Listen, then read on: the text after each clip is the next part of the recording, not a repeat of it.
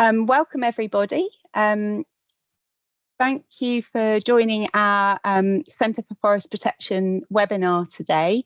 This is the second of 4 webinars, and I know some of you came along to our Tuesday event about elm. And today is all about research that we've been doing at the Centre for Forest Protection into the susceptibility of British trees to pests and diseases. So I'm Louise Gathercole. I'm the coordinator for the Centre for Forest Protection. So I work with the scientists at Forest Research and Kew. And I also work on things like stakeholder engagement and alongside some of our education officers on some of the education programs. So the programme today, we're going to be starting with Nathan Brown, who's talking about some case studies looking at abiotic predisposition of trees to pests and diseases. Then one of our PhD students, Jiaqi, is going to be talking about work she's been doing on Xylella.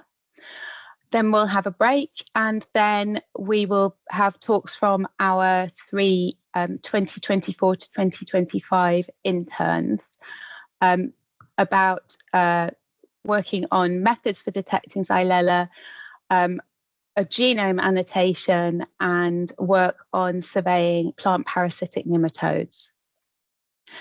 For those of you who don't know, the Centre for Forest Protection is a research collaboration led by Forest Research and Kew and funded through DEFRA, initially through DEFRA Plant Health.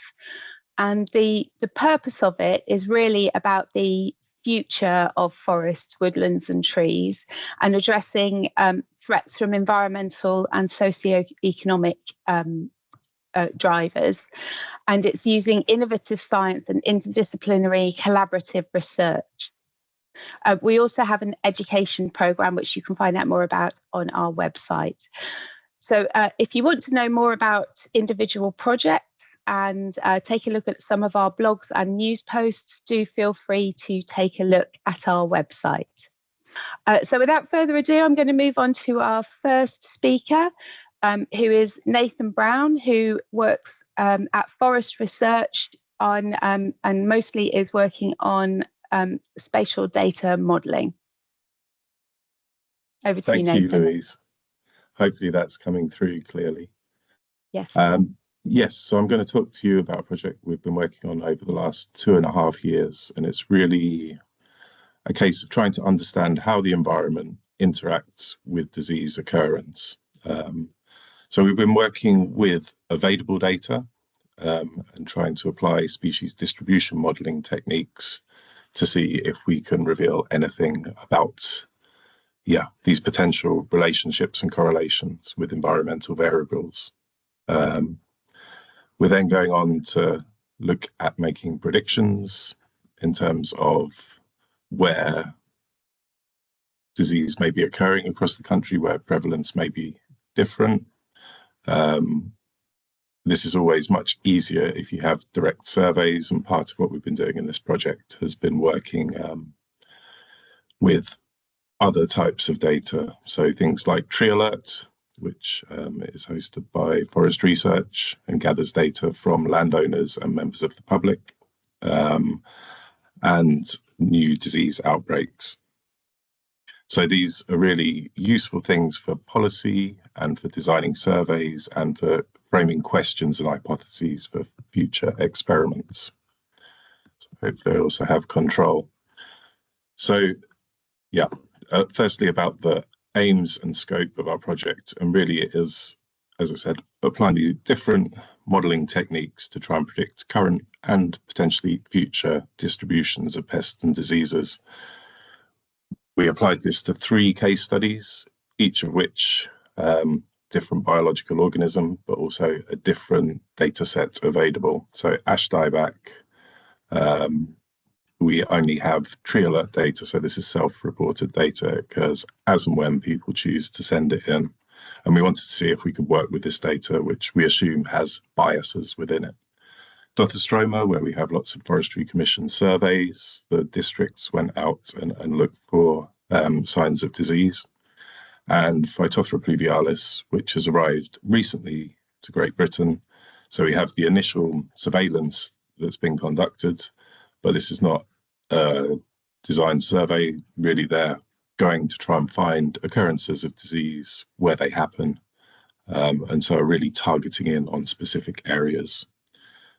And so each of these has a different challenge for modelling and working with the data. So on to an overview of the talk. Firstly, just going to set the scene and talk about the disease triangle, talk about how the environment can interact and affect disease distributions. I'll give some background, which is our motivating example, acute oak decline. This was a previous project we had worked on that has quite strong predisposition links to the environment. So drought in particular is important there.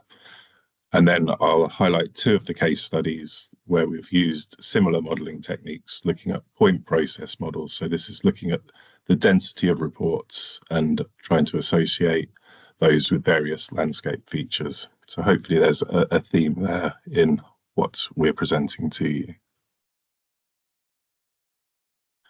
So the disease triangle is really quite a simple concept. It's just trying to widen out our thinking of disease.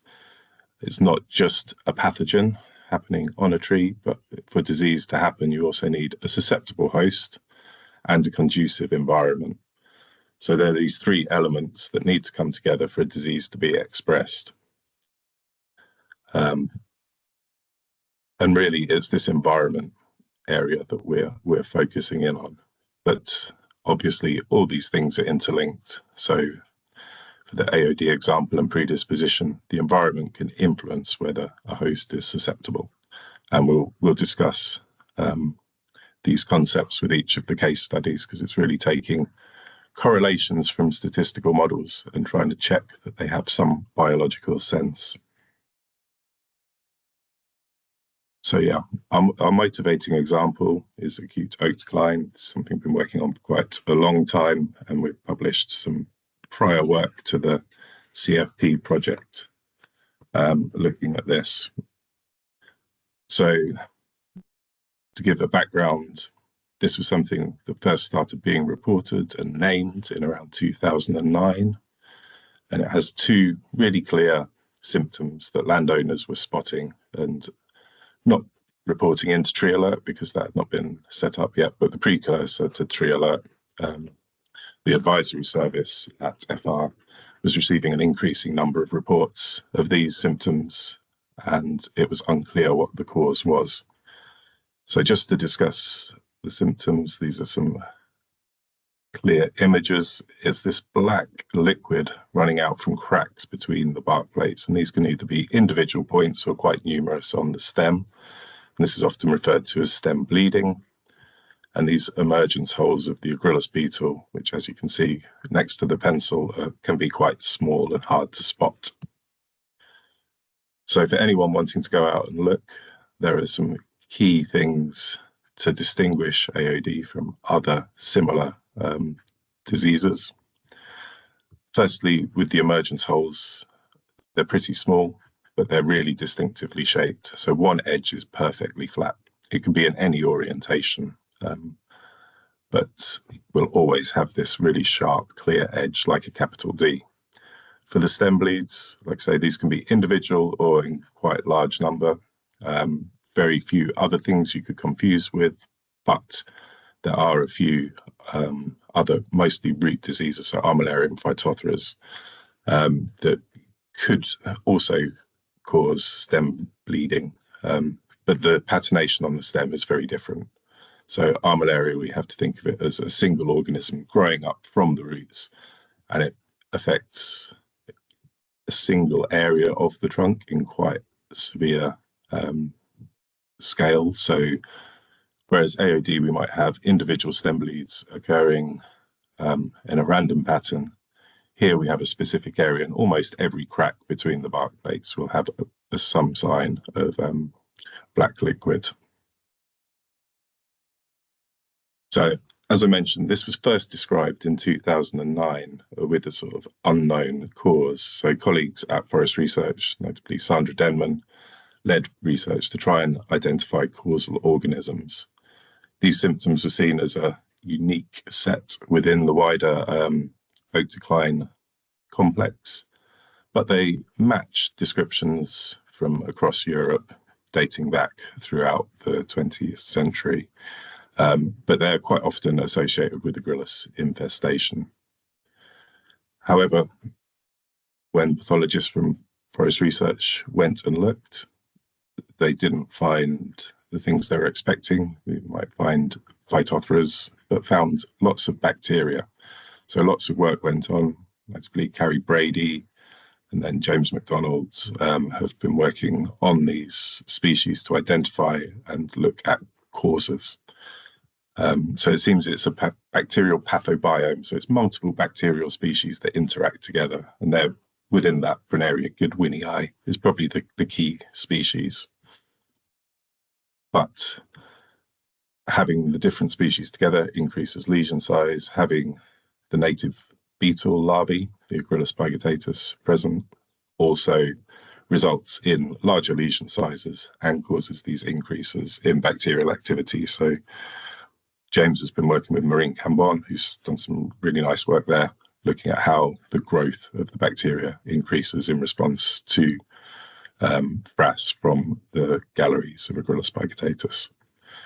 And so this is quite a new set of research, but linked into a longer series of work on oak decline. And as a decline disease, predisposition from the environment and from other outside factors is an important driving factor in where disease occurs. So you can see the distribution here. It's southern in England, but from the East Coast up to the Welsh border. And recently, in the last few years, we're starting to get a few reports just over the border. So perhaps some indication it's expanding, but quite a clear, distinct area where we think it's probably filled out its environmental niche. So as a decline disease, scientists have come up with a model, and this is the decline spiral first developed by Magnon. And really it has 3 stages. So predisposition, as I mentioned, is the first stage. There's some initial weakening of the tree needs to occur. And this will often involve the environment. Drought is quite often cited as a cause.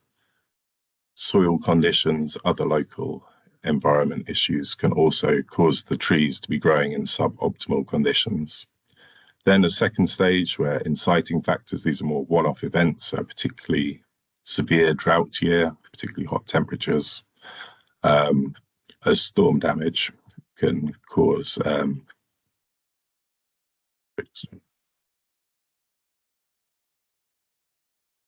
zooming through my slides.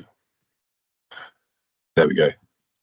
Can cause a tipping point before finally these contributing factors, the bacteria and the beetles, can move in on susceptible trees.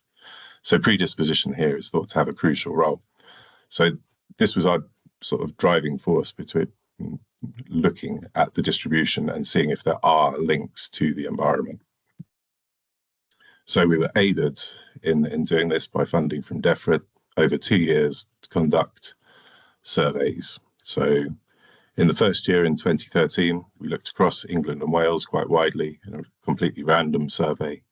And then in 2014, we focused in on the known distribution, which at the time is shown by these black 10-kilometre squares, and tried to assess how well the self-reported data had described the distribution. So we put a buffer around all these points of about 75 kilometres, and this is the largest distance between any 2 points in the distribution.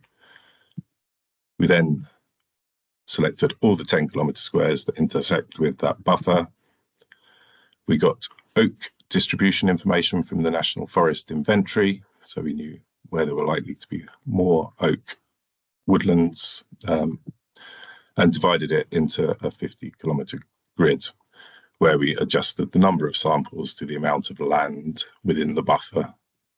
So we were selecting relative to land cover, relative to oak cover, and in a focused area around the known distribution. So we conducted our survey sample, got a random selection of 10 kilometre squares to go and look, and then worked with lots of local groups. So firstly, we used NFI to target in 2 sites, but we could not always get landowner permission to survey. So we worked with National Trust, Woodland Trust, Wildlife Trusts, Natural England, and lots of councils to identify oak woodlands we could go and visit. So that left us with a designed survey that we could split in lots of different ways to conduct our analyses. We could either have a full data set, very biased to where occurrences were happening because we had all the tree alert reports included. We could have survey-only data sets, or we could focus in on just this 2014 survey. And we can conduct our modelling through the different data sets and ended up with a very similar set of environmental variables that came out as being important.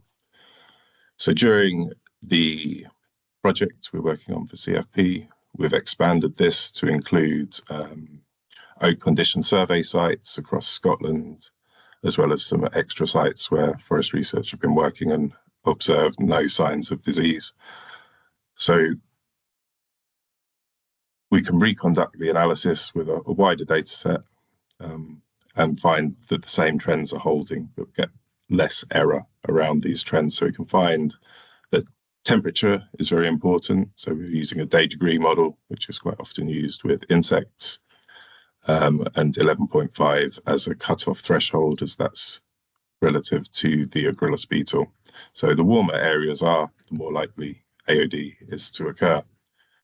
We can also put in rainfall, and as we're expecting, lower rainfall areas, more likely to be drought affected, are coming out as areas where AOD is more likely to occur.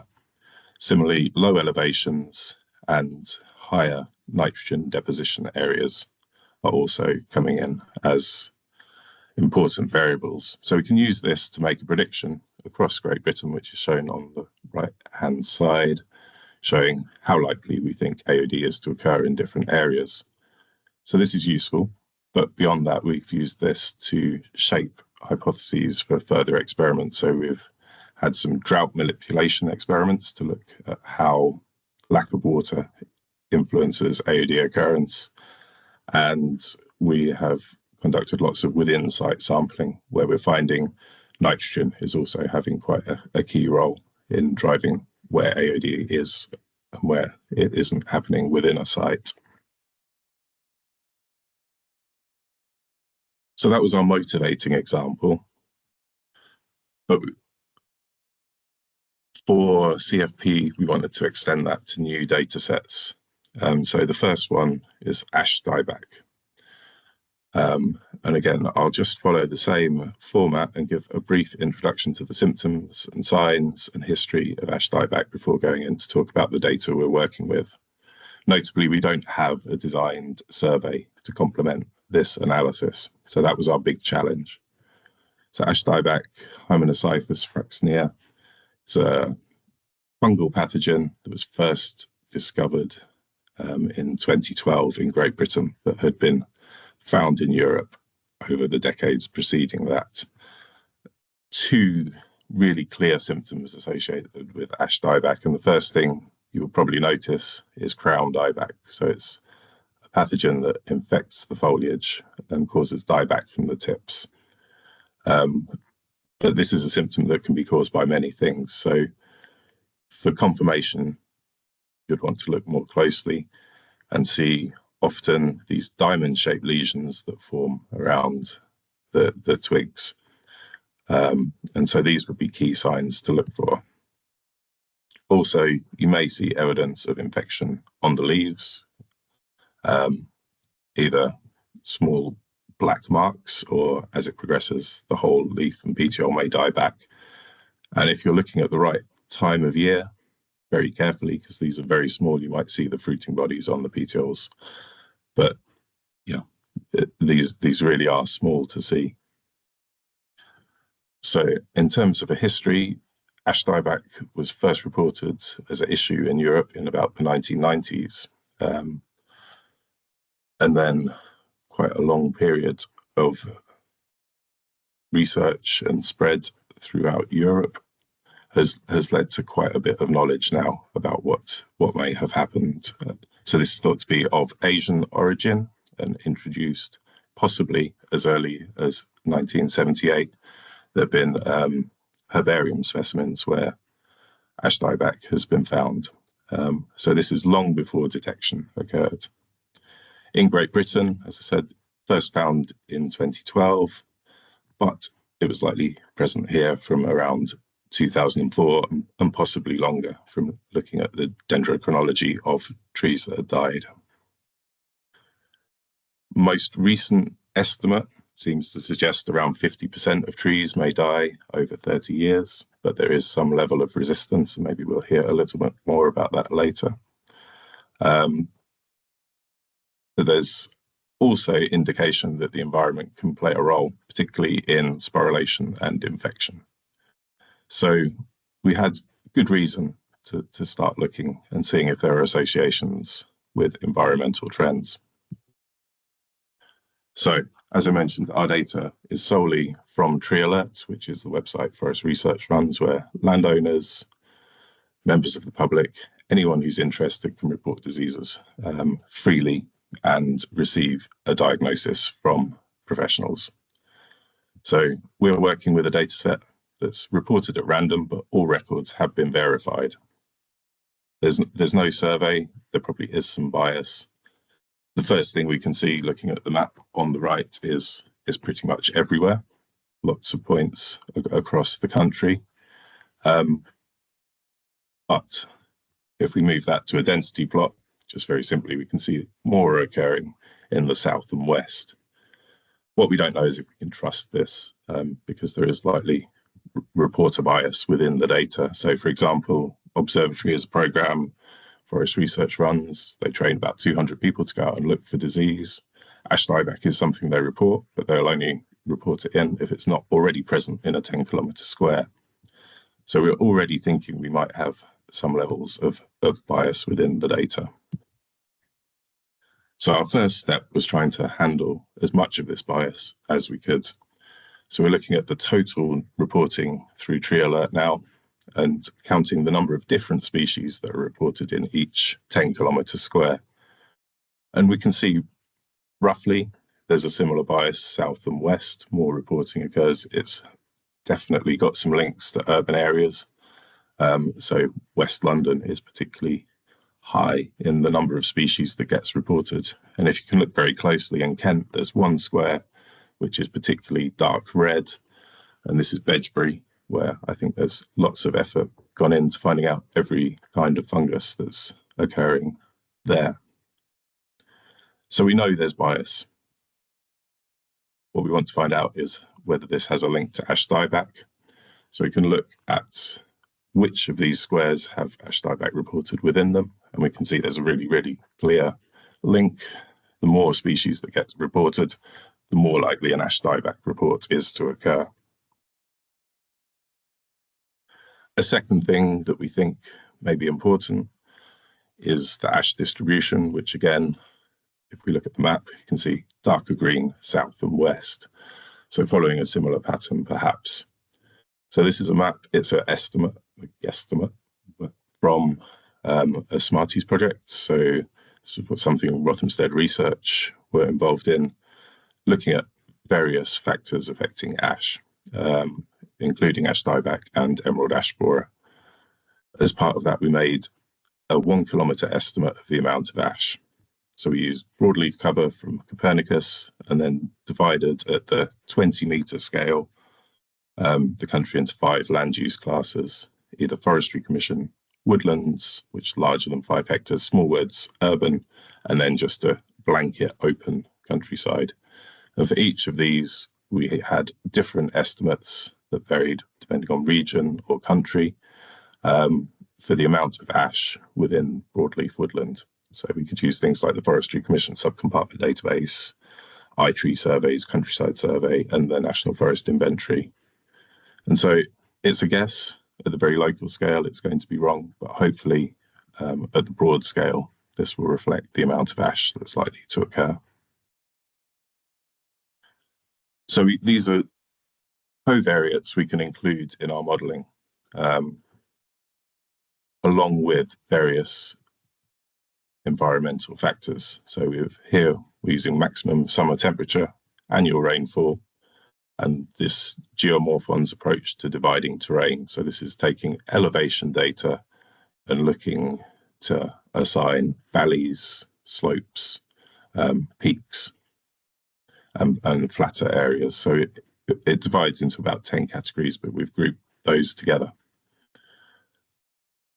And we can see our prediction follows roughly a similar pattern to the overall data reporting. It's denser in the south and west, and we've got this one outlier point where Bedgebury is.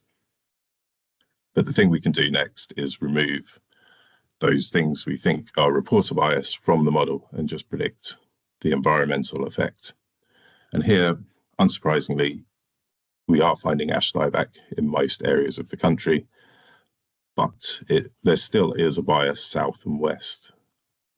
So the highest areas, which are sort of bright whites with a few individual red squares, are in the south and west of the country, and we're finding a strong link with valleys.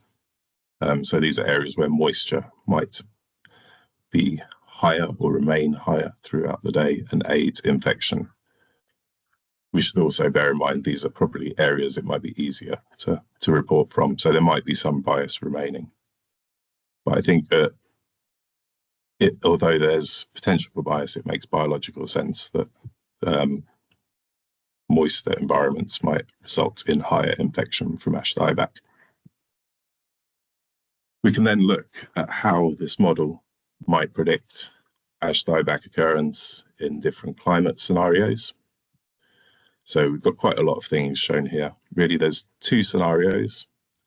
One, which is 4.5, it's fairly moderate, but it does involve us cutting emissions quite a lot. And then 8.5, which is really business as usual if we keep emissions similar level to they are now.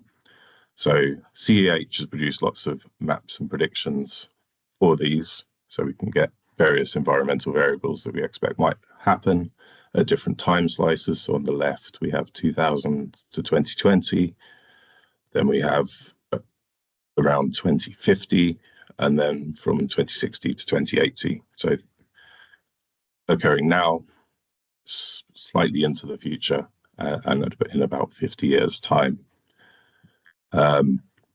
We can see the pattern changes.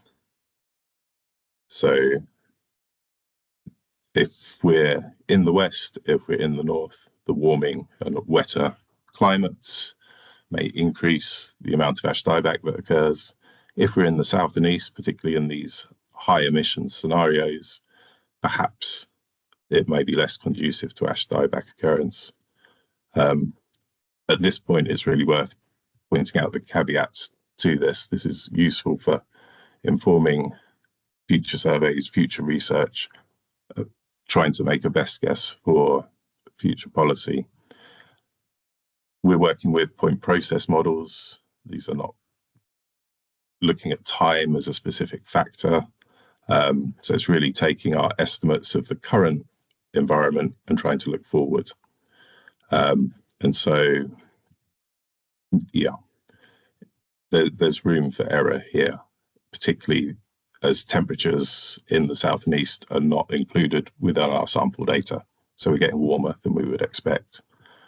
We can do some sense checking. So Forest Research has recently made an online tool for climate matching.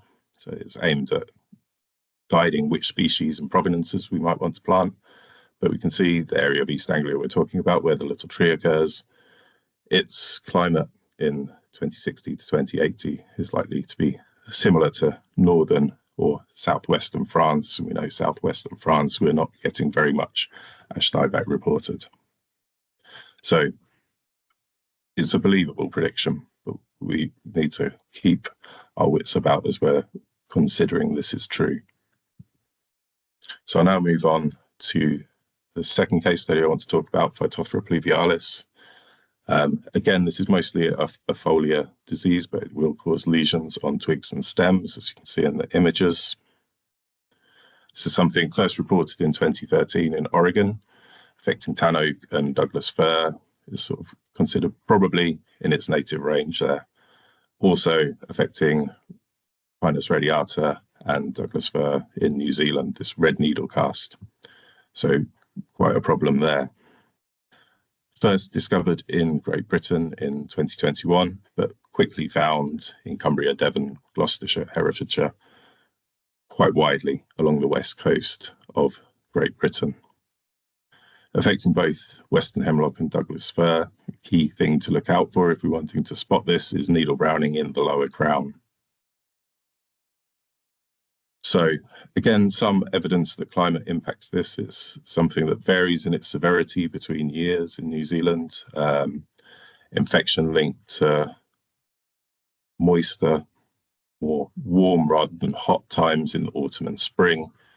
Like I say, it's mostly a foliar disease, but these needles are then lost. So regrowth can occur without infection. So something is triggering the severity of disease between years. In terms of the data, this is a quarantine organism and ongoing outbreak, so we can't really report or show you the data we're working with, but these are the plant health demarcated areas for Phytophthora pluvialis, and it's very westerly in its distribution. So we can then conduct similar modelling to the ash dieback modelling, and here we find summer temperature, very important, role of elevation, annual rainfall, also important, but here minimum winter temperatures that come out and really are the factor that help balance out the model. So not something we're necessarily expecting to find, but I think makes sense in terms of spore survival to between years. So our model can be compared against quick models that were done for the pest risk assessment, looking at rainfall and temperature, and broadly similar areas, but obviously quite a bit more detail within the predictions we've developed. I guess the question remains, there's things we need to test to confirm that these correlations are the true driving factors, particularly for this data because it's very focused on outbreak sites. So we're making an assumption here in our analysis that plant health have looked everywhere across Great Britain, and what we know is the actual distribution. I think there's lots of helicopter surveys, lots of effort that goes into these plant health surveys. So I think we can have a reasonable assumption there that there's quite wide effort going into looking for this disease and a host species that's not very widely planted, so we can target in quite specifically for these surveys. We can also do similar predictions looking forwards. And again, we can see high temperatures have this similar negative effect in the south and east. But generally, warming and especially warming winter minimums can really increase the spread further north.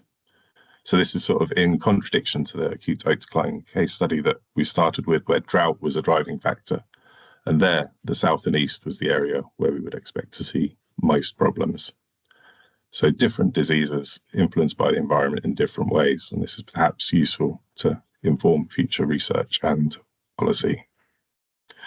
So in summary, really the key finding from all of this is that the systematic survey really helps to have more confidence in these correlations. But there's lots of ways we can work with large data sets like Tree Alert to understand the bias, particularly if we have detailed host maps.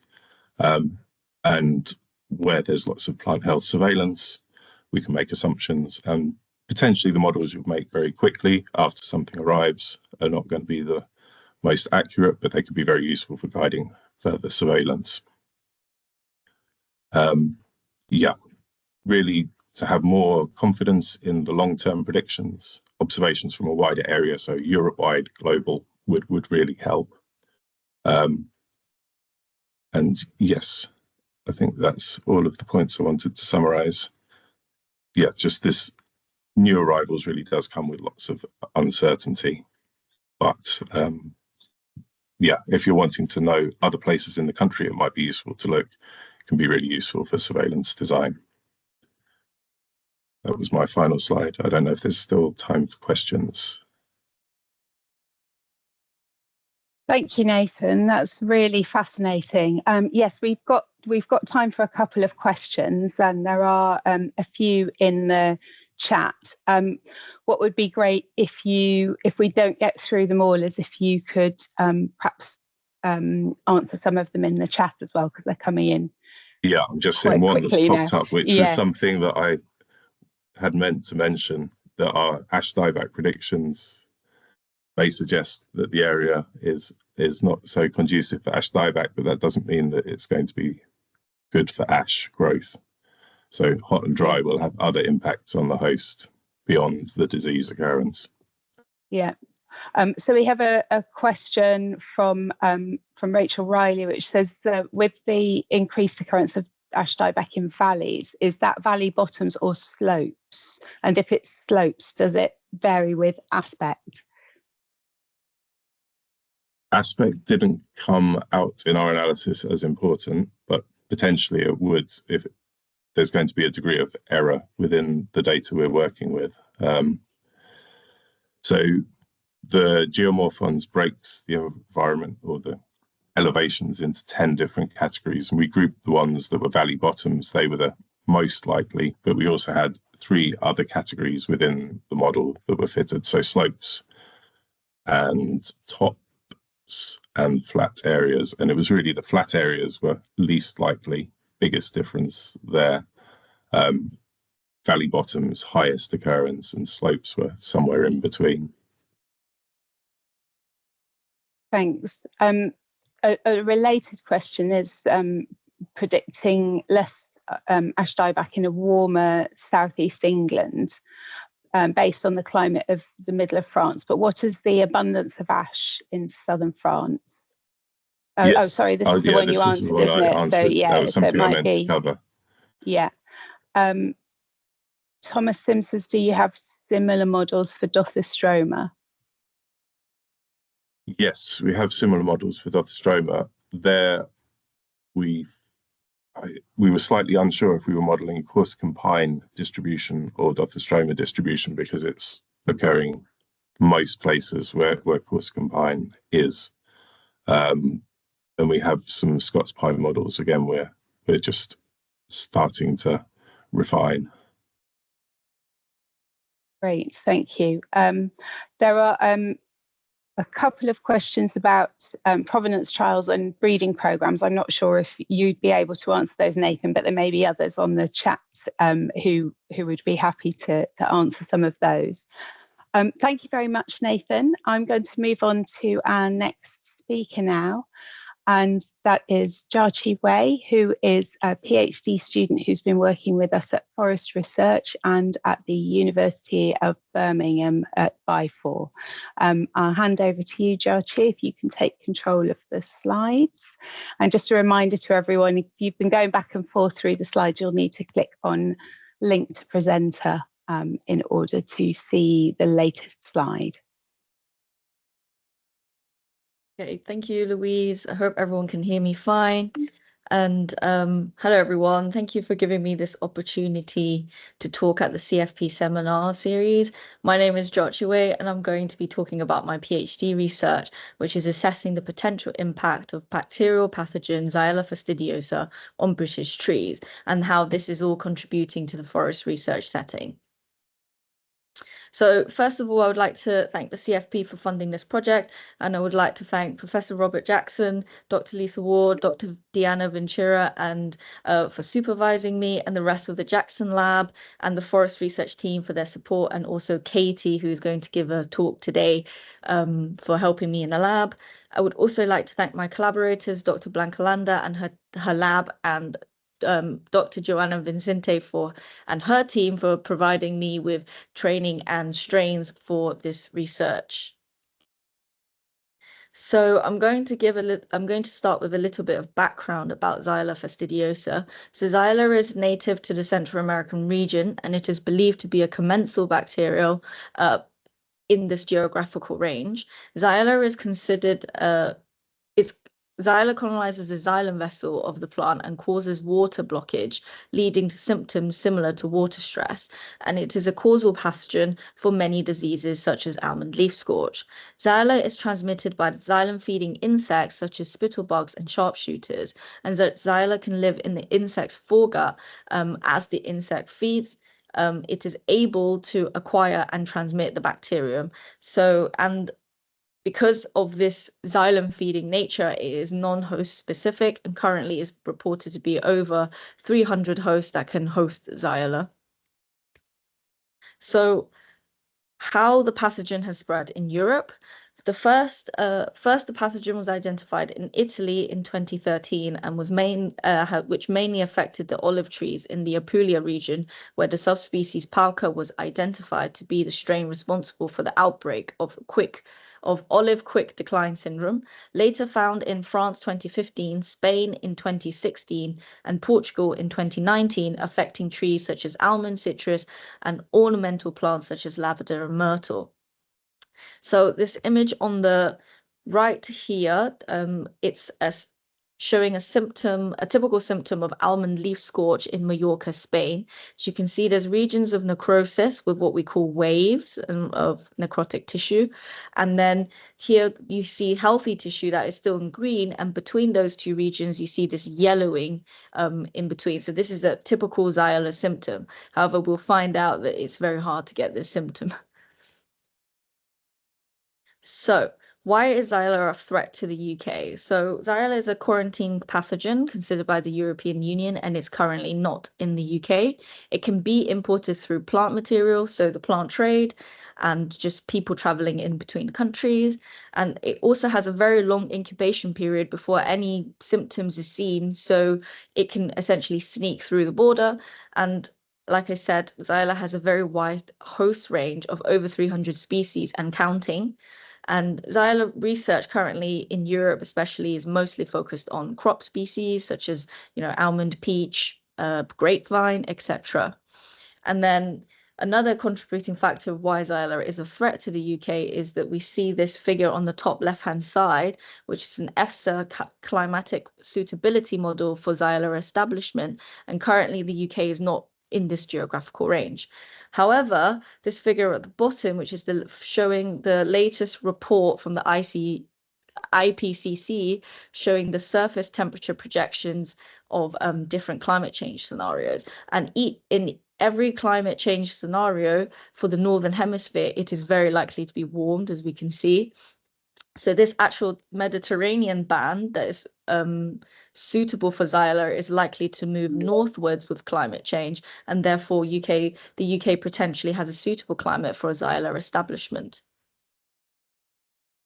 So the aims and objectives. The aim of this PhD is to establish the threat of Xylella fastidiosa to trees that are native to the United Kingdom. And this is assessing the ability for different subspecies of Xylella to establish in different tree species, and assessing the ability of Xylella to systemically colonize the plant.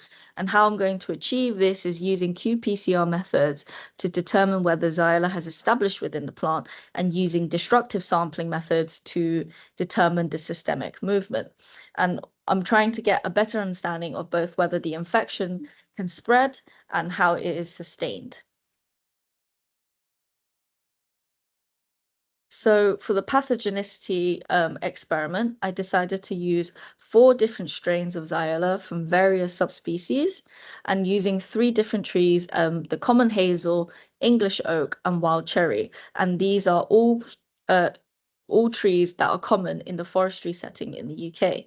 The experiment was conducted in May 2024. With 50 plants per species, with 10 saplings per strain of Xylella, and then 10 plants for negative control. And I have 4 strains of Xylella, so 50 plants in total. And the experiment was performed using the pinprick method, using 3 times 10 microliter droplets on the PTO or on the branch, and it's stabbed around 10 times until the inoculum is taken up with a needle. And the inoculum is standardized to OD1, which is around it's a standardized bacterial amount for inoculation. and it's kept in the growth chamber until I was ready to sample under these conditions here. And Xylella, again, is a very slow growing bacteria. And then even on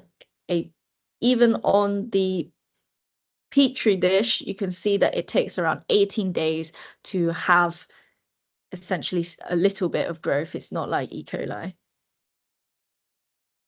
So in terms of sample collection, the samples were taken at 3 and 9 months post-inoculation. And for cherry and hazel, the stem samples were collected in August 2024, and the samples were taken at the point of inoculation. And for cherry plants, I also took above and below the inoculation point as illustrated in this diagram. And this is samples collected at the point of inoculation. The aim is to establish whether the bacteria can establish within the host, and the samples taken away from the point of inoculation is to test for systemic movement. There was lots of logistical challenges to this, so it means that I couldn't actually keep hazel and cherry for as long as I planned to. But for the oaks, I kept them for as long as possible, which was 9 months post-inoculation. So in August, in order to keep the trees for a longer period of time, I took the leaf sample at the point of inoculation, and then in January 2025, that's why I took the stems and were able to destructively sample like this diagram here. So how I did the DNA extraction. So DNA was extracted using the standard protocol that we use at Forest Research, which is actually using a an automated high throughput robot for extraction. This just essentially standardizes the process. And then the DNA was quantified using the nanodrop. And for the method of detection, so qC-PCR was the method that I used for detecting Xylella in the DNA samples, and this is due to its high sensitivity compared to conventional PCR. And then I used 2 different gene targets. One gene is within the Xylella genome, and the other one is present essentially in all plant DNA as an internal control. And this is to test the presence of Xylella and whether the extracted DNA itself was free from PCR inhibitors. So the first thing I did was actually using the calculated PCR efficiency of the primers against this standard bacteria. And this is important to establish for diagnostic sensitivity and specificity. I found that my PCR efficiency was between 92 and 105% for the 2 strains tested, which is actually within the optimal efficiency for PCR. For the qPCR results. And after this, I ran a series of qPCR on my extracted DNA samples to determine the establishment and the movement. So for establishment at the point of inoculation, all bacteria were able to establish within oak, cherry and hazel trees, and the data strongly showing that Xylella can indeed establish within the native genotypes that are prevalent in our woodlands. All samples also tested positive for the 16S internal control gene, which shows a true result that as the result indicates that the DNA quality is suitable for qPCR and has absence of inhibitors in each run. So to sort of delve into the data with the wider literature. So Prunus avium has been reported by EFSA as a tolerant species with 5 instances in the literature, reporting both natural and reporting that it can be naturally and artificially infected. But currently there's no records of the common hazel, which is a Corylus species, in the records of the literature for positive for Xylella. So this result could potentially report a new host for Xylella fastidiosa, but this is unsurprising due to Xylella's non-host specific nature. So for Quercus robur, the reports show that it can be naturally infected and artificially infected, but there's no reports of the Quercus robur being a tolerant or resistant species to Xylella, but there is the potential research for the future as Quercus ilex has reported to be tolerant in some cases. So looking at the bacterial movement within cherry plants at around 10 centimeters away from the inoculation after 3 months. So all cherry plants has tested positive for Xylella at the point of inoculation. So in general, showing by the data, more samples tested positive below the inoculation point compared to above the inoculation point, suggesting that the bacteria is moving in a downwards direction. This is showing signs of systemic colonization, though we're seeing a downward movement. I'm seeing a downward movement, but it's hard to determine whether that is a typical response of the tree or Xylella due to the fact that this is only 3 months. So it's probably not enough time to see how the tree or the pathogen is actually responding to a long-term infection. But then looking at the bacterial movement within oak plants at around 10 centimeters away from the inoculation point, but this time after 9 months. But however, at 9 months post-inoculation, not all trees remain healthy enough to achieve above and below sample collection.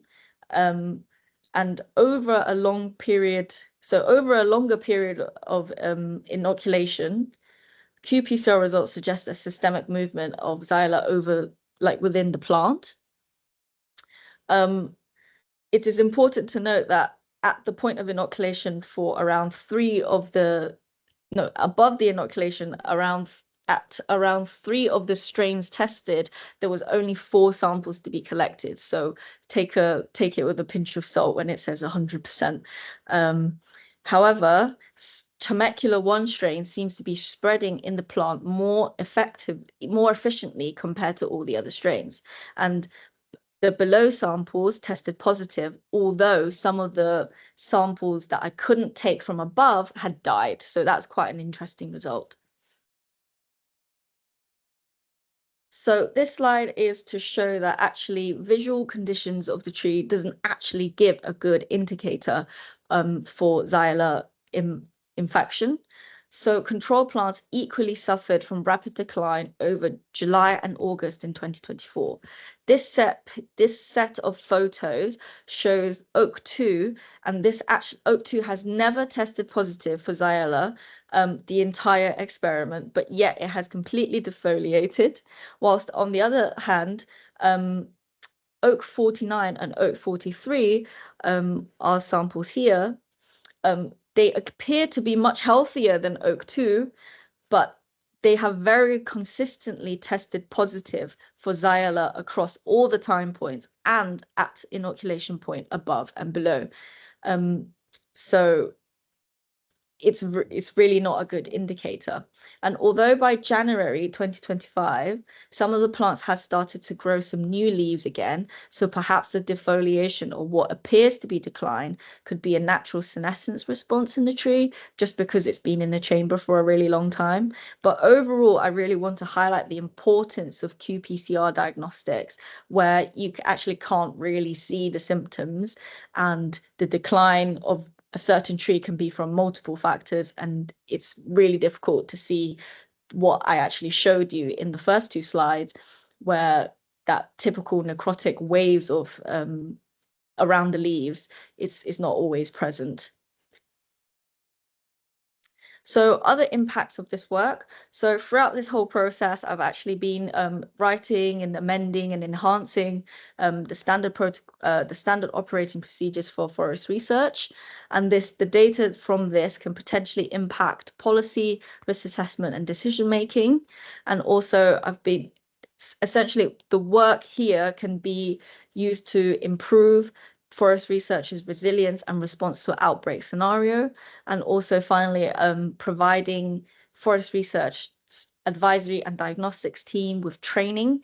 And the training techniques that are like kind of special in this circumstance is that with my samples, I taught the team how to do isolation, and isolation is a very difficult thing for for Xylella to achieve. So this is something that's not really been done in the UK before, and we are like kind of the first ones to do the sampling technique. This is me providing some training for Alex. And then also with this work, we've collaborated with other institutes, and one of them is Fera Science in York. We have collaborated with Fera for cross-validation results and between the two institutes to make sure that our diagnostics and Fera's diagnostics are up to standards. And also with this, we exchange knowledge for planning our own experimental inoculation experiments, which could possibly lead to a joint paper. And also, I've collaborated with the Institute of Sustainable Agriculture in Spain, where I have been trained and gained all the knowledge I have today. And this is thank you to Dr. Blancalanda and the rest of her team for teaching me very valuable lessons from field sampling to laboratory techniques and microbiology techniques. And most importantly, actually, through both collaborations and the sustained relationship between the institutes, they both kindly provided me with the 4 strains of Xylella to make essentially all this work possible. And for the further research of my work currently is I'm in the process of analyzing the untargeted metabolomics analysis for looking at whether the plant is specifically responding to the bacterial infection, even though we are not seeing it in real life, we're not seeing it on leaves, and is there any kind of biomarkers that are associated with the disease or with the infection without the visual symptoms. This data has been collected and I'm just actually currently processing them. So in conclusion, UK genotypes for cherry, oak, and hazel trees can be hosts for Xylella fastidiosa on the strains that I have tested. For hazel, this could be a case of a new host species reporting for Xylella fastidiosa. For cherry plants, Xylella can establish, but it's very slow growing and is not able to consistently colonize the plant after 3 months, which is expected, and little movement with varying degrees of colonization between above and below the inoculation point, and I believe that is due to time constraint. And with the oak trees, it appears that Temecula 1 strain, which is a fastidiosa species, shows the most consistent spread within the plant at 9 months post-inoculation.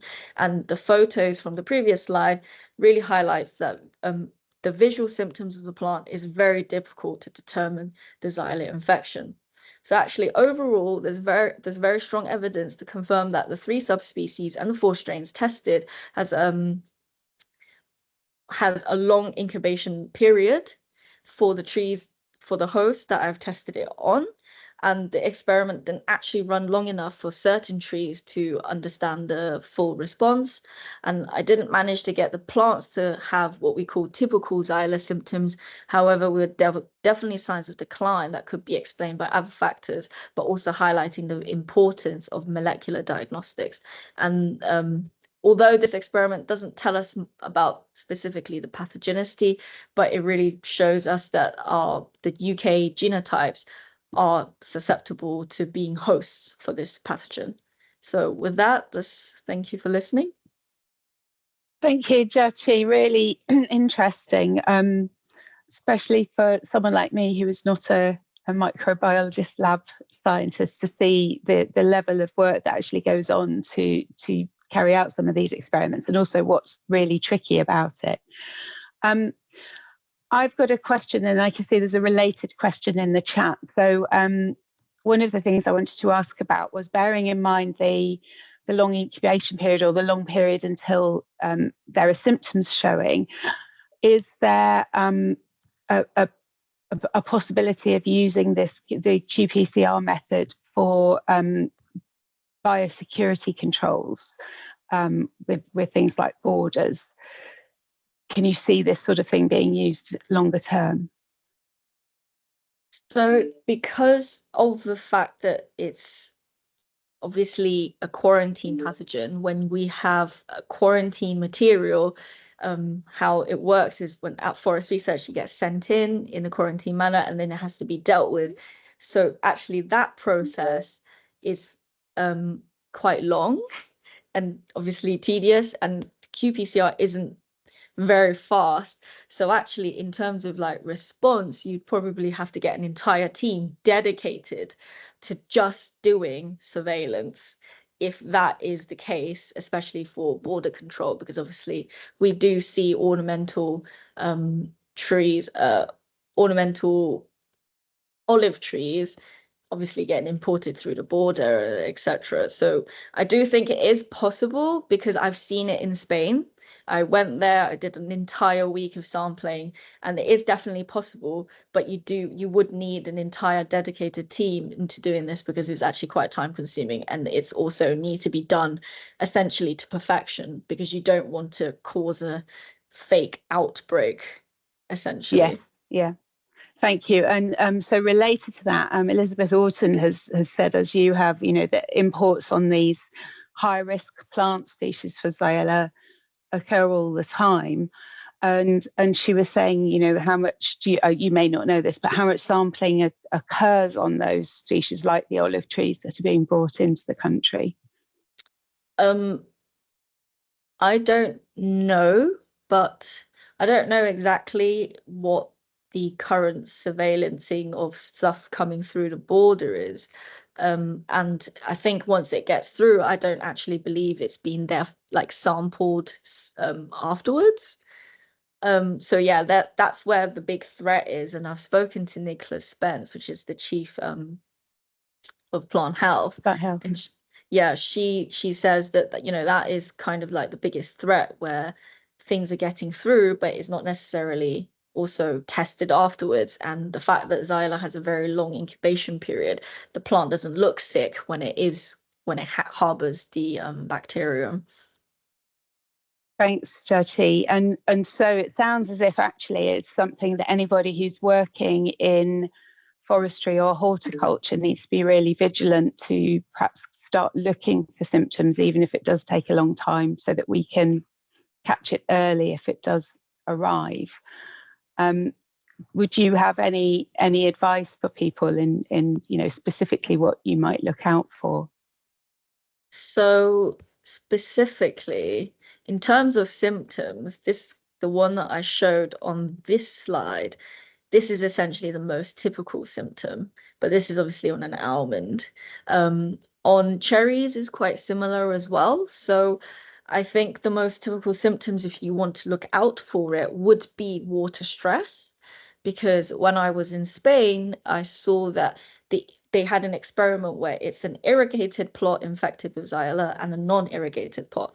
And then you can see that the non-irrigated plot is very clearly much stressed with the water, and then causing the necrotic tissue on the edge of the leaves. So this is the kind of symptoms that you would want to see. But again, if anyone is actually suspecting that they might have Xylella in whether they're nurseries or around the walks and woodlands, it is still best to actually report that and have that sample sent in for qPCR. Brilliant. So thank you, Jiaqi. I should just add, Lisa Smith from DEFRA has put in the chat that there are additional controls on import of high-risk hosts for Xylella, and they must be tested prior to export to the UK. There's a couple of other messages for you as well, which are being answered on the chat, so I'm going to leave everyone to look at those separately.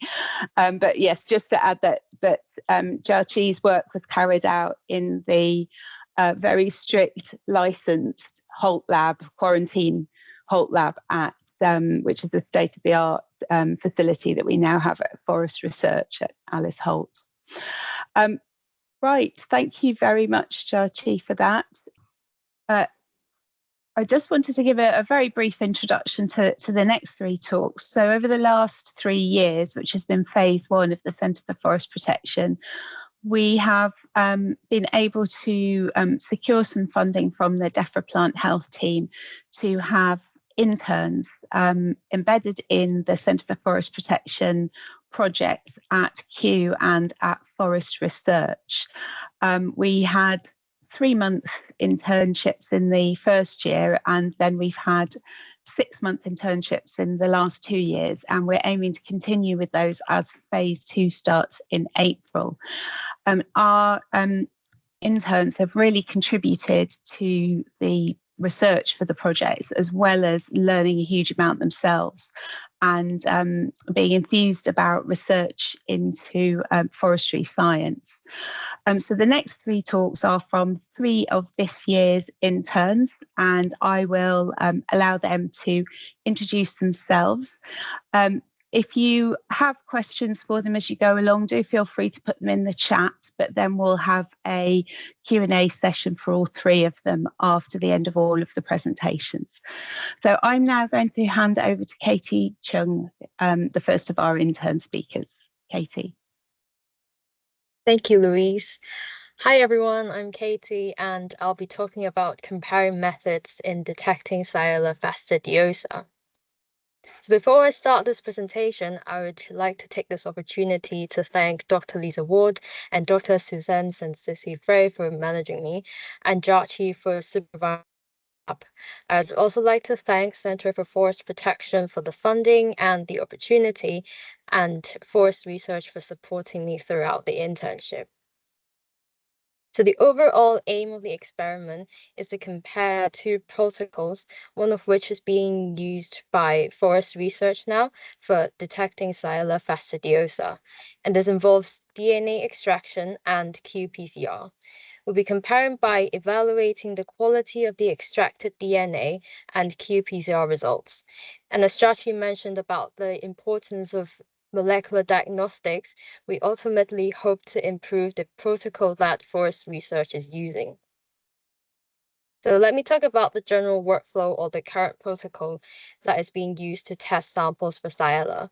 First of all, we will process the sample by taking the leaf or the stem, put it into an extraction bag, and add water as a buffer for homogenization.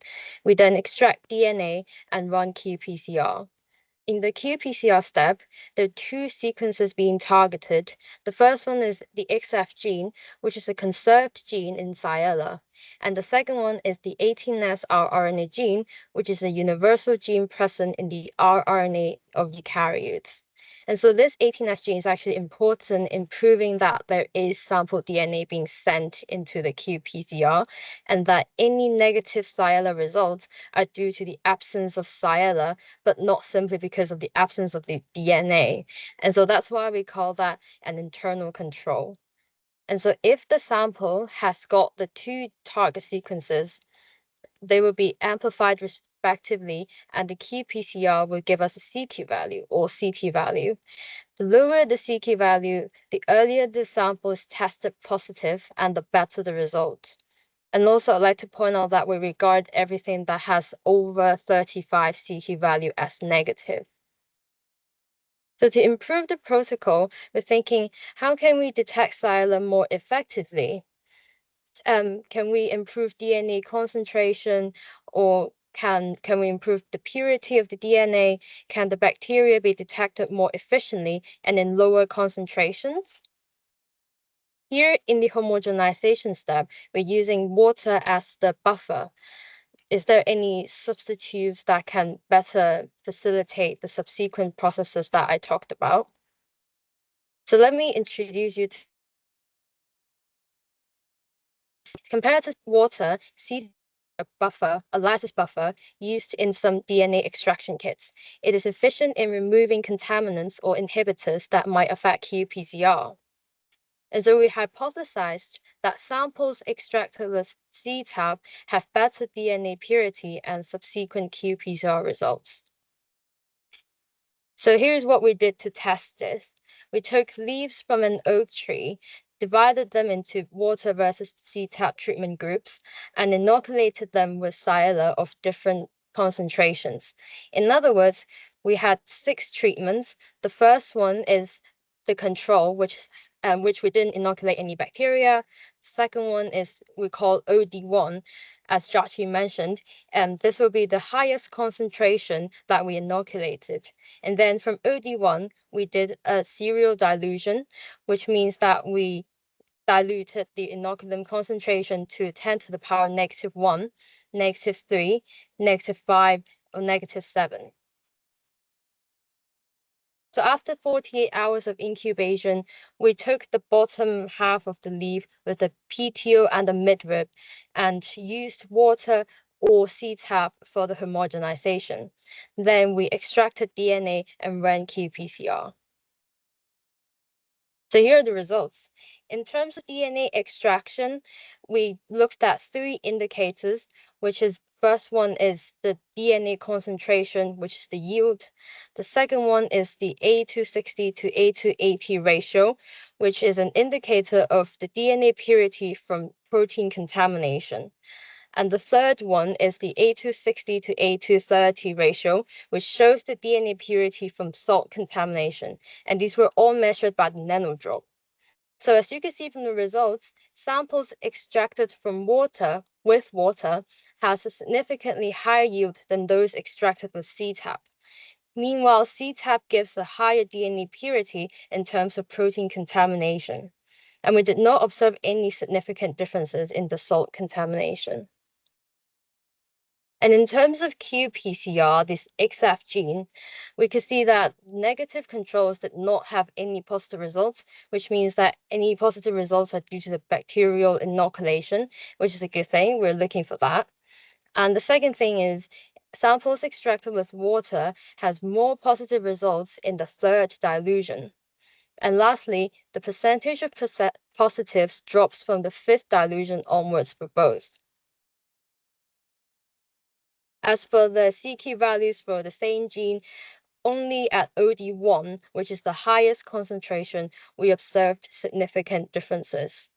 As for 18S, samples extracted with water has significantly lower CQ values, which means that the results were earlier.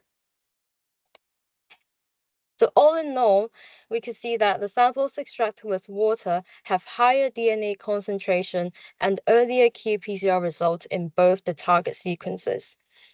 Samples extracted with water also gives more positive results in the third dilution. On the other hand, CTAP is better at removing inhibitors, thus the samples extracted with it have higher DNA purity. And so putting all these together, we could see that although water is less effective in removing inhibitors, it gives more yield, and that potentially might explain the lower CQ values. Thus, we could see yield is a more important factor in giving earlier results. Furthermore, Xylella is mostly undetectable in qPCR after the 5th dilution within the plant DNA, and that Forest Research is using a robust protocol for Xylella fastidiosa detection. So last but not least, I would like to talk about my internship experience. I just want to say I really enjoyed my time in Forest Research and my internship, as I've been able to learn a lot of new skills and work with Xylella, which is a very special subject, and also gain some soft skills as well and establish connections. So thank you very much for listening. Fantastic. Thank you, Katie. That's really interesting to see, and what a brilliant project, and contributing to the checking the protocols. Thank you so much for presenting that to us. Yeah, I'm taking control. Okay, yeah, so Apoorva, if you've got control of the slides now. Next we have, so Katie was working with Jiaqi at Forest Research. Apoorva was working on a project using her bioinformatics skills, and she was at Kew. So I'll hand over to Apoorva. Yeah, hi everyone. I'm Apoorva, and I'm a CFP intern based at Kew with Mohammed and Laura Kelly. So I've been working on this internship project for the past few months on exploring the genome of an ash tree that is less susceptible to ash dieback. So firstly, I would like to thank DEFRA and CFP and Forest Research for the funding, and also my managers and supervisors, Mohammed, Laura, and Daniel, and Richard Bugs, and also the whole plant health and adaptation team at Kew, and mainly also Apoorva at Queen Mary for their high performance computing resources. So I'm sure you've already heard Nathan's talk and have a introduction on ash dieback. So Fraxinus excelsior, which is European ash, is an important native species in the UK, and it is under severe threat due to ash dieback and caused by this fungus Hymenosperous fraxineus, and we can see that from the data, 12% of the broadleaf woodland in Great Britain is ash, and it is an important species which is under threat. And based on the data from Forestry Commission, we can see how the disease has spread over the years. From this is on my left is the data from January 2015 to how the disease has spread to September 2023, which is quite rapidly spread. And here in some of the pictures, we can see how some of the symptoms of the disease of leaf blackening and the crown dieback, and especially here we can see how the stem of a tree is rotten inside due to the ash dieback. So our research team at Cube uses genomics to study ash trees and ash dieback. So this was the first paper published in Nature in 2016, which published the first reference genome, which is used as which provided us with the foundational genomic resources for further research aimed at improving our understanding of susceptibility to major threats to ash and for providing tools to help tackle these. And then there was another paper about the genomic-wide association studies to identify loci associated with low susceptibility to ash dieback. And also another paper about comparative genomics analysis to identify candidate genes for low susceptibility and defense against emerald ash borer.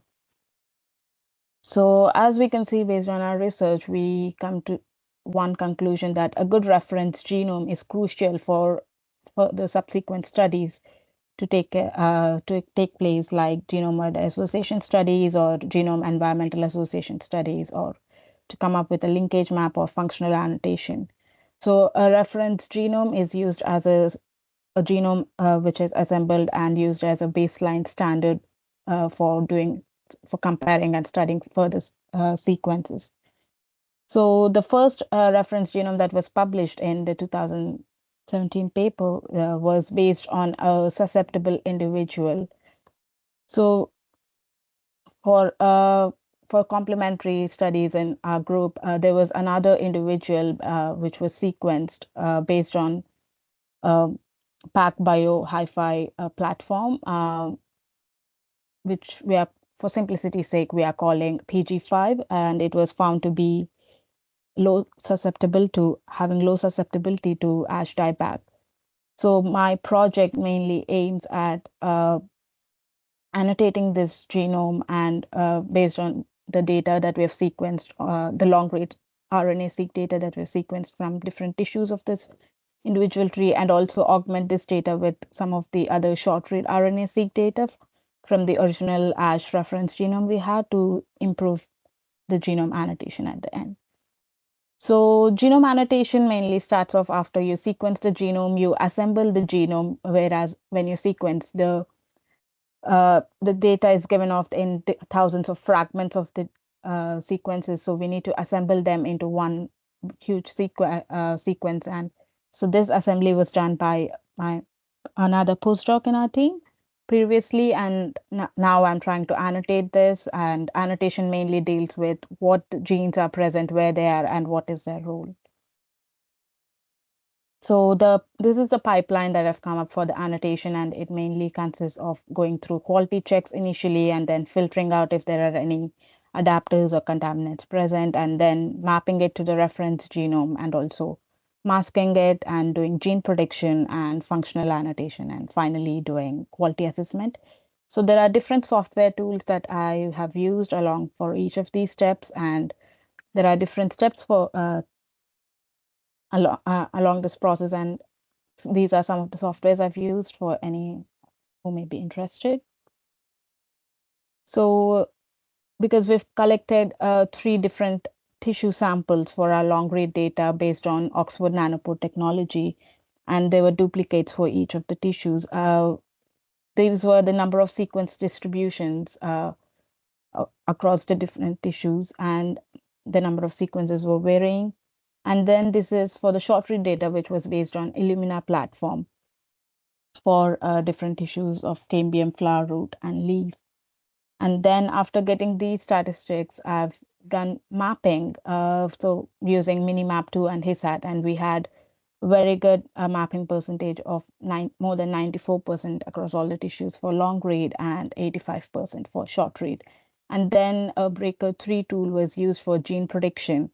And this had results comparatively for a previous individual which was studied in the lab had 35,008 genes, and in the current individual that I'm analyzing had 36,700 genes approximately. So this is where my work is, and currently I'm trying to do the functional annotation of genes using NTAP and GFAX tools, and further work is planned to identify the genes in this individual that are missing from the original reference genome, and further work is planned to identify if any of those genes are responsible for giving it low susceptibility to ash dieback. And finally, I would like to talk a little bit about my learnings from the internship, and it was amazing experience, I would say. And I have learned that working with real data and real-time research is not easy, and it's all about learning new things and unlearning sometimes, because you might go in thinking, I know this process, but it's totally opposite of that. And I think it's okay to not know things, especially when you're starting off, and being adaptive to learn is more important. And sometimes you'll have to keep going back to the previous step to make sure you're going in the right path, and it's not always just moving forward. So just be okay with it and you'll be fine. And things take a lot of time and practice to get that done, what it looks on a paper when you read. So yes, things take a lot of time and you cannot get it all done and right in the first time. So I think the only way you can keep pushing forward is being humble about learning things and curious and consistent with your work. And I've learned a lot of science and other things from my supervisors, my colleagues, my peers, and my managers. And along the way, I also made some amazing friends and memories. So it was a great experience. And thank you, Forest Research, for this opportunity and for the opportunity to talk at this webinar series. And thank you, everyone, for your time and attention.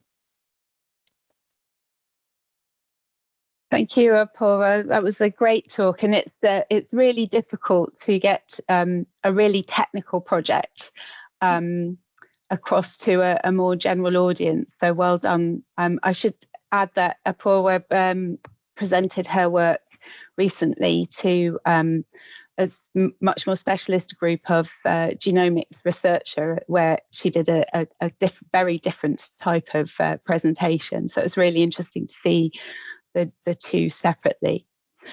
Thank you. Don't forget, if you've got questions for her, add them to the chat. And also to say that for any of the projects, the bigger projects that the interns are talking about, you can find details of those on our website. I'm going to hand over now to Josh.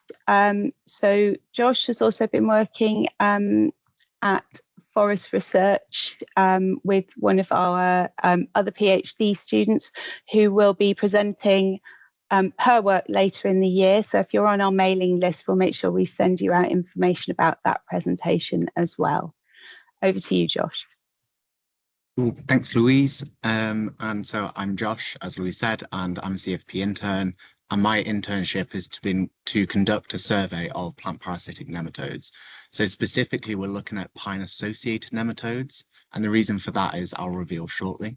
But the main aim of this talk is to kind of just give a better appreciation for kind of the diversity of nematodes and an insight into kind of a really microscopic world that not many people ever really get to learn about or see. So a bit of background, pine wilt disease, so this is a disease that we're really thinking about in this talk, is a major threat to conifer forests worldwide, and it's caused by the pinewood nematode. So that's what's pictured here. And these nematodes are spread and they move between trees by vector beetles. So in the case of PWN, this is Monocamus or pine sawyer beetle. And what happens is when infected larvae pupate and then they emerge as adults. They carry thousands of nematodes inside the respiratory system.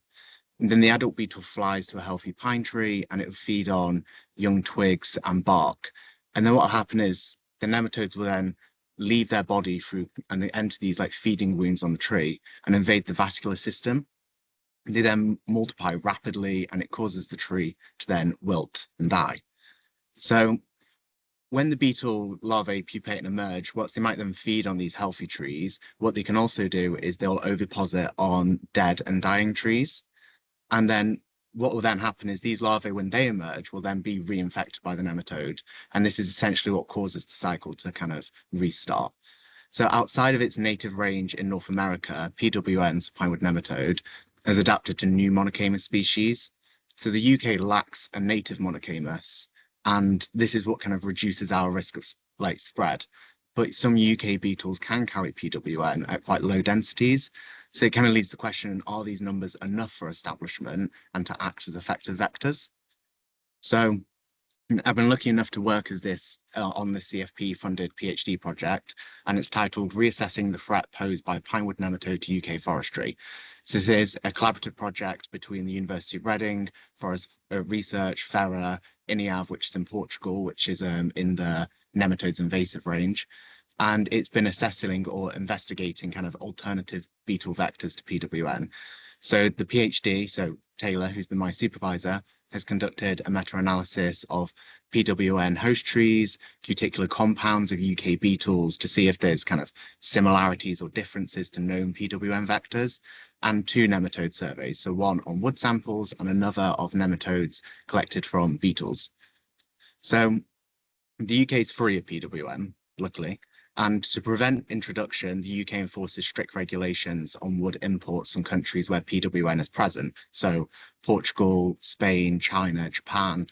And as part of these protections, the UK conducts an annual survey to confirm its PWN-free status.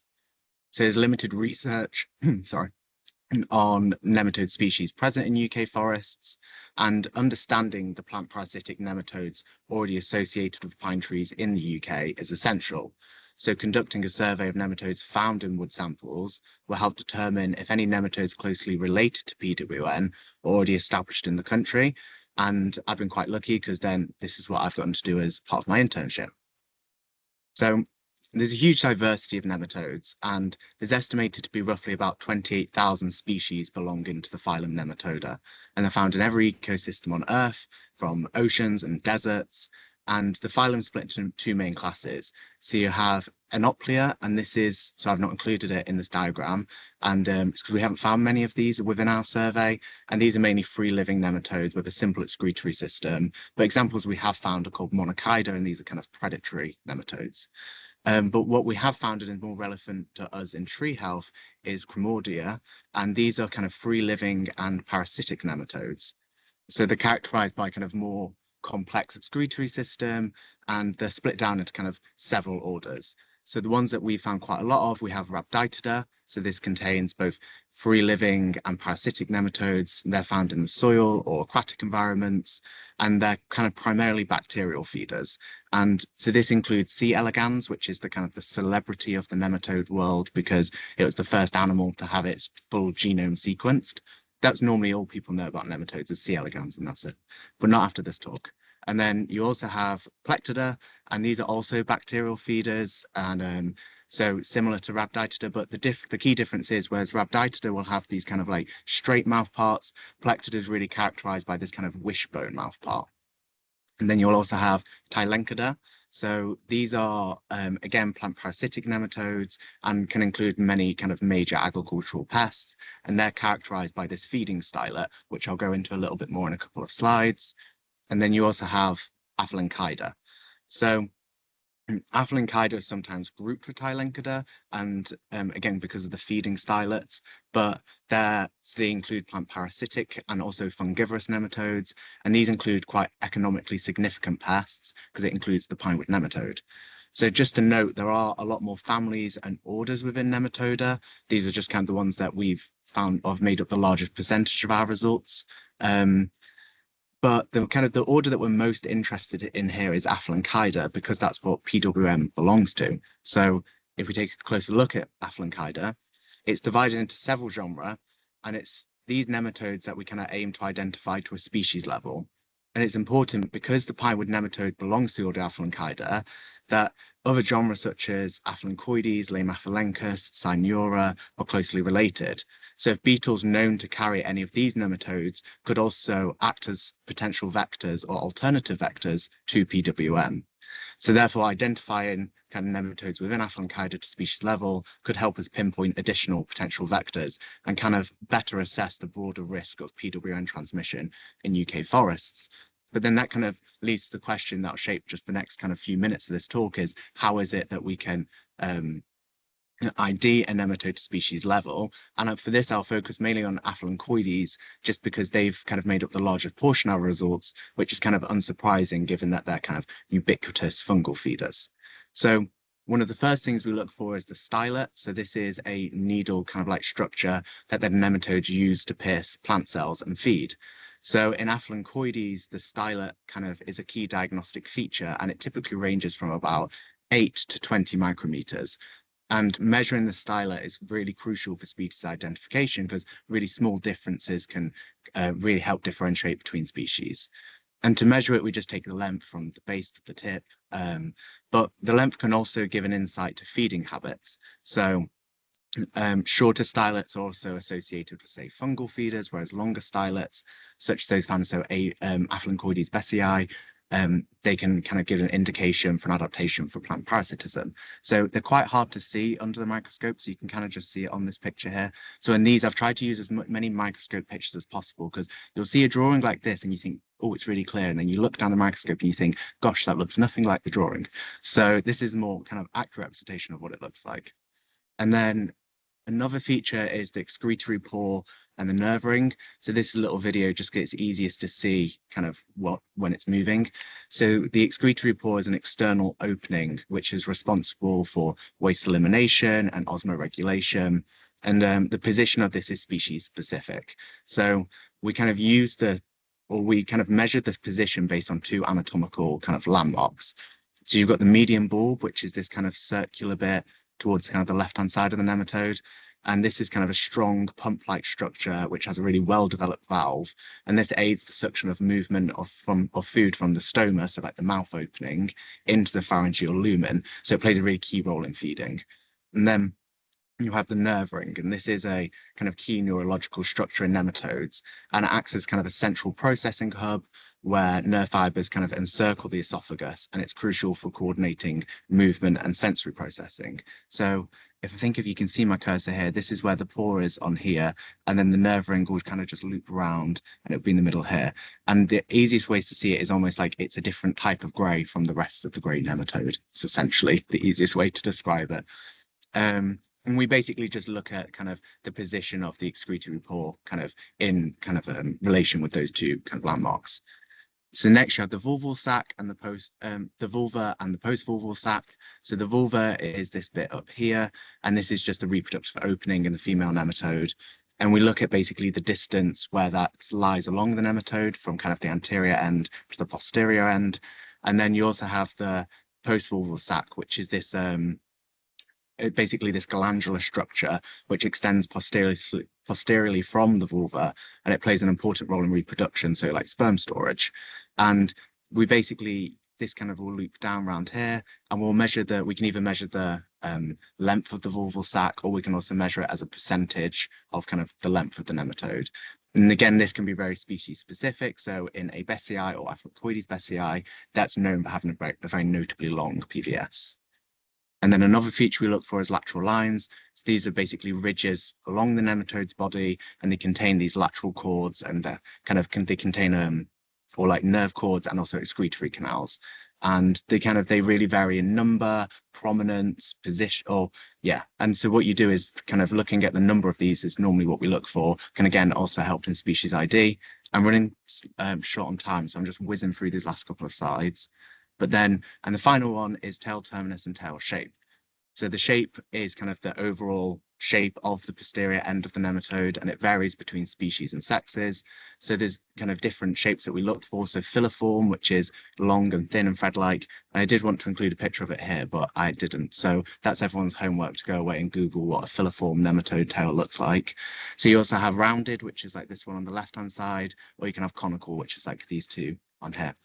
And the tail terminus, so this is the very end of the nematode's tail, and it's a key diagnostic feature. So again, you can have rounded, pointed, conical, mucronate. So this one on the left is a rounded terminus, but then this one in the middle we can say is a mucronate. So it's this little mucron, this little kind of protruding with a little hair on it. And this one on the right is a bicurate, which basically means two little spikes. And again, this is species specific, and that's really what we look for as kind of a diagnostic criteria. So then when we stick this all together, this is what it looks like under the microscope. So here we see a stylet, so we know it's plant parasitic. We see the metacarpus here. So then with the shape of this, we know this will be an ephelenchoides. And you can see the excretory pore here, just on the lower side. Then we whiz down, and eventually we come to the vulva here, and you can see the post-vulval sac coming down here. And then I move along again to the tail. I had to time all the timings of this. And this is a conical tail. And then you can see this is mucronate, again, the terminus. So you can see the little protrusion here. And if you look just around this area here, you start to see some lateral lines appear as I move through the microscopes. It's these little lines just here. So they're the lateral lines. So thank you, first of all, everyone, for listening. And I'm short on time, so just a quick thank you. Well, thank you to all of these people on the slide, but a main thank you to Taylor Whittam for supervising me through the project and being very patient, as I wasn't sure if it was a nematode or dust particle. So thank you.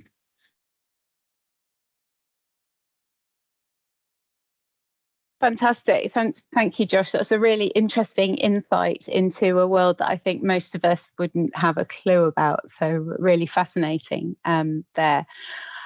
Right, we've got a few minutes now for some questions for our interns. So I'm going to ask all of our interns. Oh, you've all got your cameras on. Fantastic. Question for Katy to begin with. I'm not sure if you'll know this or not, Katy. John Burgess is asking, do you know if your results align with other similar results for Xylella sampling from elsewhere in Europe? Yes, so because we actually got the current protocol from the APO, and that's basically the European standards. And for this particular experiment, because we're using the Kingfisher kit, and this is also from APO, and so basically other labs in Europe are using some of them using this kit, and the qPCR protocol is also quite standardized in Europe.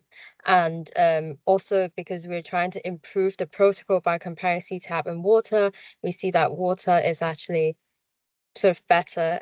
And so this reinforces the robustness of the protocol from APO, actually. But thank you for the question. Brilliant. Thank you, Katy.